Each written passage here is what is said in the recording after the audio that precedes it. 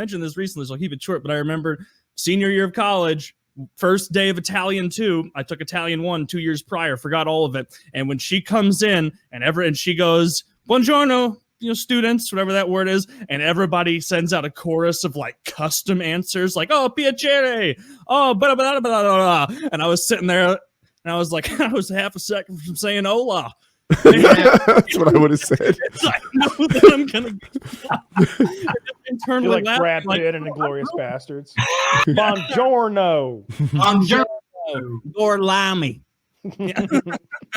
Say it again. Let me hear the music in it. I just Gorlami. The other night, I watched that the other night. That is an underrated Tarantino film. It's an overrated Tarantino film. No, I don't think so. It's a highly rated Tarantino film. But side story with the woman in the theater really just. Oh, you mean 50% of the story? Yeah. Well, let me ask you this: if you were going to give me your top 3 Tarantino films, yeah, Inglourious Bastards, it's not in it for me either. No. I would go Pulp Fiction, and then I go Reservoir Dogs. And then from there, shit. I inverted that. Reservoir Dogs is definitely my number 1 of his. Yeah, that's true for most people. I prefer Pulp Fiction to Reservoir Dogs, though I do like it a lot. And then it's kind of iffy, but I like Django a lot. Me too. Are you counting True Romance as a Tarantino film? No, I don't. But I like. Never seen that one. Oh, it's pretty good. Gandolfini's in it, and Patricia Arquette, and True Romance. So first of all, people ask me all the time, who do you think was the best stoner in any movie of all time? And for me, it's Brad Pitt in True Romance. Brad Pitt in True Romance is the best stoner role ever, ever, ever. The cast in that, Christopher Walken and what the fuck is his name? The dude who was an Easy Rider. Dennis Hopper. Dennis Hopper. That scene with Walken and Hopper in that film, man, if you haven't seen True Romance, that is a killer. If you're counting True Romance as one of Tarantino's films, that's my favorite Tarantino. He's smoking that cigarette, sitting there all beaten up. For the first minute we talked about True Romance, I'm trying to figure out how this fits in with True Lies, the movie I'm thinking of, where Arnold Schwarzenegger saves his wife and flies a Harrier. And I'm like, I don't remember any of this shit. It sounds all wrong. Yeah, that scene with Dennis Hopper and it is great. He's sitting there smoking that cigarette while there's mobsters around him. He's telling that story. He's explaining to him how the Moors came into Italy and raped all of his foremothers. And he drops an N-bomb or two. That scene, to me, is better than the walk-in watch scene in Pulp Fiction. I disagree with that. Because this watch? Dennis Hopper is so good in that, and Christopher Walken, they're both so good in that scene. Those dudes are just like, oh, shit. If you've never seen it, I bet you can just see the scene on YouTube. Mm-hmm. But for me, I Walken scene in Pulp Fiction is good, but doesn't touch the True Romance scene. And Patricia Arquette was amazing. Yo, Gary Oldman in that movie playing that pimp. I like the scene where James Gandolfini beats the dog shit out of Patricia Arquette. is so realistic. Like that's a great scene. Like they have like a fucking fist fight in a hotel room. James Gandolfini is in this? Yeah. Yes. It's rest in peace. He was fantastic. Yeah, it's a good movie. The final scene in that movie where they all meet it's such a great Tarantino. But I think isn't the guy Ridley Scott's brother? Didn't he direct it? I don't remember. But yeah, I would tell you right now. For me, Django. I put Django maybe above Reservoir Dogs. I'm sorry. Oh. It's really fucking good. It's really fucking good. And I'm a big Kill Bill fan. I know not everybody is, but I really like Kill Bill, and I count it as one movie. So it's really high up there for me. But I just don't like Inglourious Bastards. I've seen it so many times. The whole I'm spacing out on her name, but the female character who we follow, Shoshana's entire storyline is no good to me. And I get that Tarantino has an interesting way of doing timelines in his movie. You often don't see the meat and potatoes of the story. You kind of get the before and afters. Like, I mean, look at Reservoir Dogs. But I could have used a lot more of the Inglourious Bastards being bastards ingloriously in Nazi Germany and like doing some sabotage or some more gunfights or something. They all had so much chemistry, so many good actors in that crew. There was so much potential for action, and it never really felt like it popped off the way that it never did. It never did. There was literally the one scene where they're in the bar, and that was barely anything. There was a scene with a baseball bat where they beat a guy. But that was like but that was after a battle that we didn't get to see. There were only 2 men left alive, and it was the Colonel Hans or whatever who got baseball batted. Meanwhile, and the other guy who tried to run away and got shot in the back. We're spending 40 minutes watching Shoshana change placards on a cinema. It's like, I don't give a fuck about and eating this. Fucking strudel and shit. I just didn't care about her storyline at all. She's a beautiful actress. She did a wonderful job at it, but that's not what I showed up for a war movie, I thought. Right. Yeah, exactly. If that whole movie should have had 2 characters, Brad Pitt and the guy who plays the Nazi. They are the 2 best ones by far. Yeah, he's great. Yeah, man. That's his name. I love Christoph Waltz. Yeah, he's so good. That opening scene. But here's what I love about Tarantino is that he lets you forget about storyline. Right? So he set that. What I did love about that, and here's this is for me when I watch movies in general. I love, because I would watch that movie. I remember the first time watching and going throughout the movie, I'm like, why did we see that first scene? I love that he does that. And then he pays it off 3/4 non-linear storytelling. Right. So I really enjoy that because it keeps me guessing. So I hear what you're saying, but the thing that you didn't like about it, I did like that. It was like, I have no idea. It was not what I was expecting. It may be what I liked about it so much. That's fair enough. But I mean, I don't despise it or anything. I just think it's one of his weaker efforts. I definitely Hateful Eight I like more than most people. I think if you imagine it as a stage play rather than a film, it's a lot more fun. But it was really cool to see it in 70 millimeter. There's only like one 70 millimeter projector in the state of Georgia, and I went, and that was really cool to see. But I really like Django a lot. I think Jamie Foxx and Christoph Waltz together was a really cool team. And there's an example of like them giving you some meat and potatoes. Like they established Jamie Foxx and Christoph Waltz as this bounty hunting duo. And they're like, hey, we'll work together through the winter. And then in spring, we'll go look for your girl. He's like, okay. So you get a training montage, and then you get a montage of them like sniping out bad guys. I could have used something like that in Inglourious Bastards, like them parachuting in, them like sabotaging like Nazi fuel tankers or like ambushing Nazi supply lines or something like that. Even if it was just like 3 to 5 minutes of montage set to a little bit of music or something like that. I don't know. I just felt like we didn't get engaging. We just didn't get to see him do much. Maybe it's recency bias, but I think I like Once Upon a Time in Hollywood more than Django and Inglourious Bastards. You know, I didn't even consider that, but I definitely like it better than. I think it's in the top 5. I definitely like it better than Inglourious Bastards. I'm up in the air about whether or not I like it more than Django. So am I. Time? You know what my takeaway from that movie was? And I understand why both Brad Pitt and DiCaprio signed up to do it.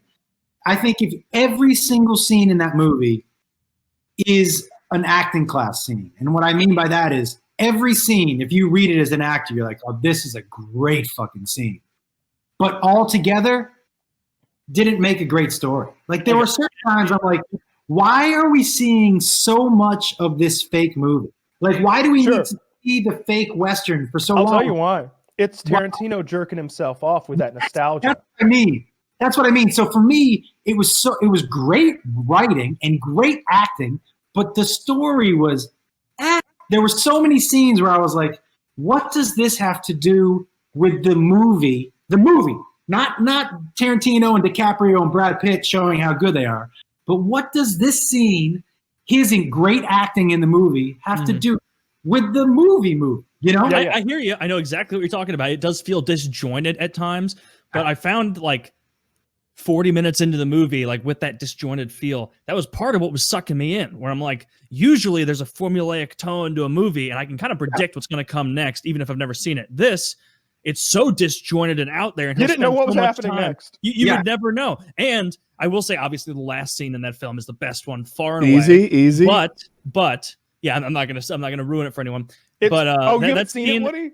Lots of people. No, Woody hasn't seen it yet. But that scene, You're gonna hate it. This won't spoil anything. This won't spoil anything. But that young girl, you'll struggle to get through it. There'll be parts like what the three of us are kind of talking about right now is that middle part where it's like, you really don't care about this movie. Could be 40 minutes shorter. It could be, but then you wouldn't know as much about your three main characters and care as much about them. And I think it's very important when we get to the end of the movie that we love Sharon Tate, that we love her and we care about her. B, it's important that we know that Brad Pitt's a bad motherfucker. And C, it's important to know that Leonardo DiCaprio's career has been rough and he doesn't know what to do next. I think it's interesting, again, a meta level, right? Not watching the movie, but knowing about the movie, to see what happens to a director who can do anything he wants and what he wants is artistic, right? Like, I feel like the choices he makes in Django with how he, what is the one with Kurt Russell in the Hateful Eight. Hateful Eight. Thank you. The choices he makes in Hateful Eight. Most directors don't have that kind of rope, to do anything they want with, whether it be hang himself or make a great film.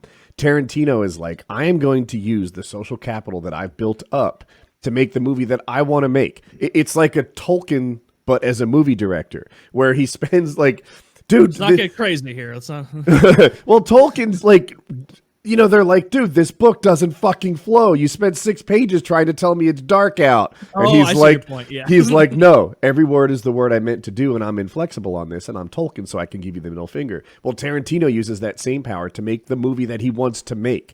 And we can criticize it and say, you know what, it could have been this or it could have been that. But it is exactly the bullseye that he was shooting at. So from outside, that's one thing I find interesting about Tarantino movies.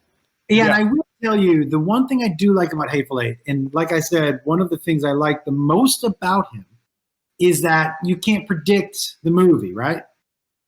It was like you said, I did like that it was written and shot like a stage play. It was one room. Mm-hmm. And so you watched characters go in and out, and you saw a little outside of the room.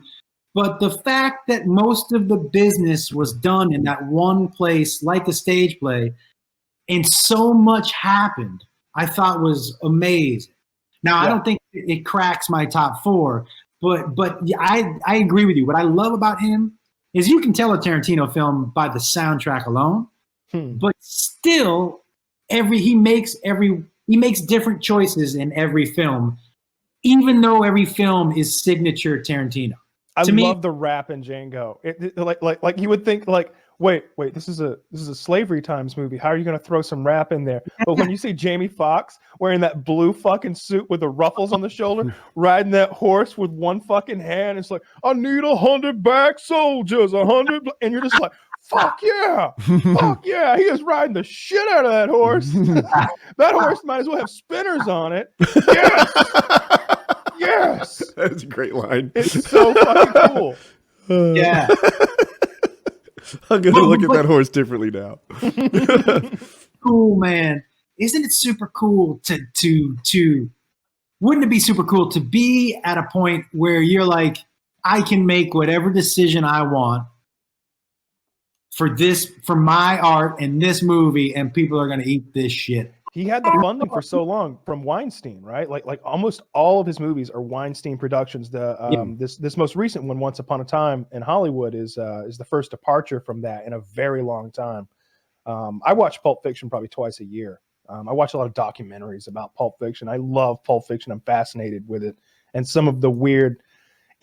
Some of the ways that people have dissected it. There's a guy on YouTube. I think his website is Collative Learning. His name's like Oliver Harper or something like that. And he has an hour-long video just about the gold watch in Pulp Fiction. And and like following the character and explaining all these themes with color that are carried over throughout the scene and all these hidden gems in the background.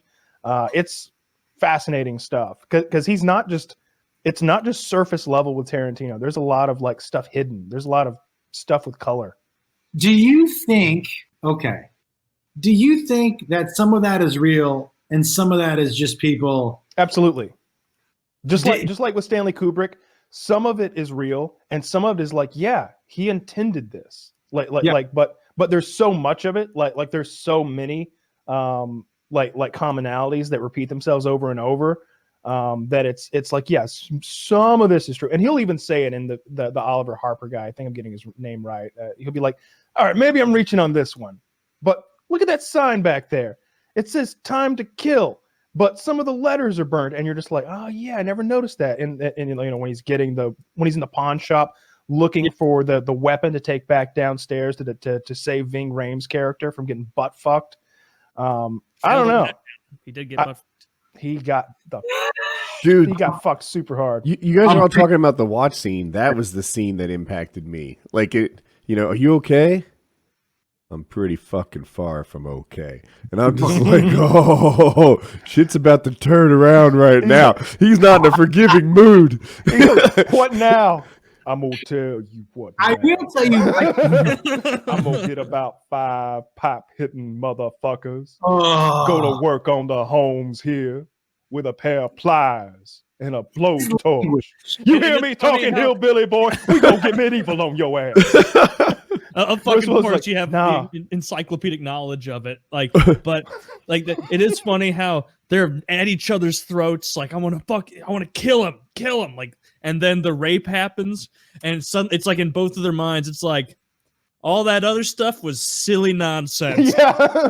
I don't think that tells the story. Now how much that's Bruce Willis had an opportunity to escape, and then he decides to turn back and save the other guy. Yeah. That's what erased. That was the deposit in the emotional bank account that he was looking for. It was to match the deposit in Ving Rhames' ass, because he's up there about to walk out, and he's thinking about how his dad was abandoned in that POW camp, how he was left behind. He's probably thought his entire life about how, you know, he grew up hearing that story about how his dad died in a POW camp. He probably fantasized about being able to go there and rescue his dad, you know, and save his dad. And here he is with the opportunity to do just that.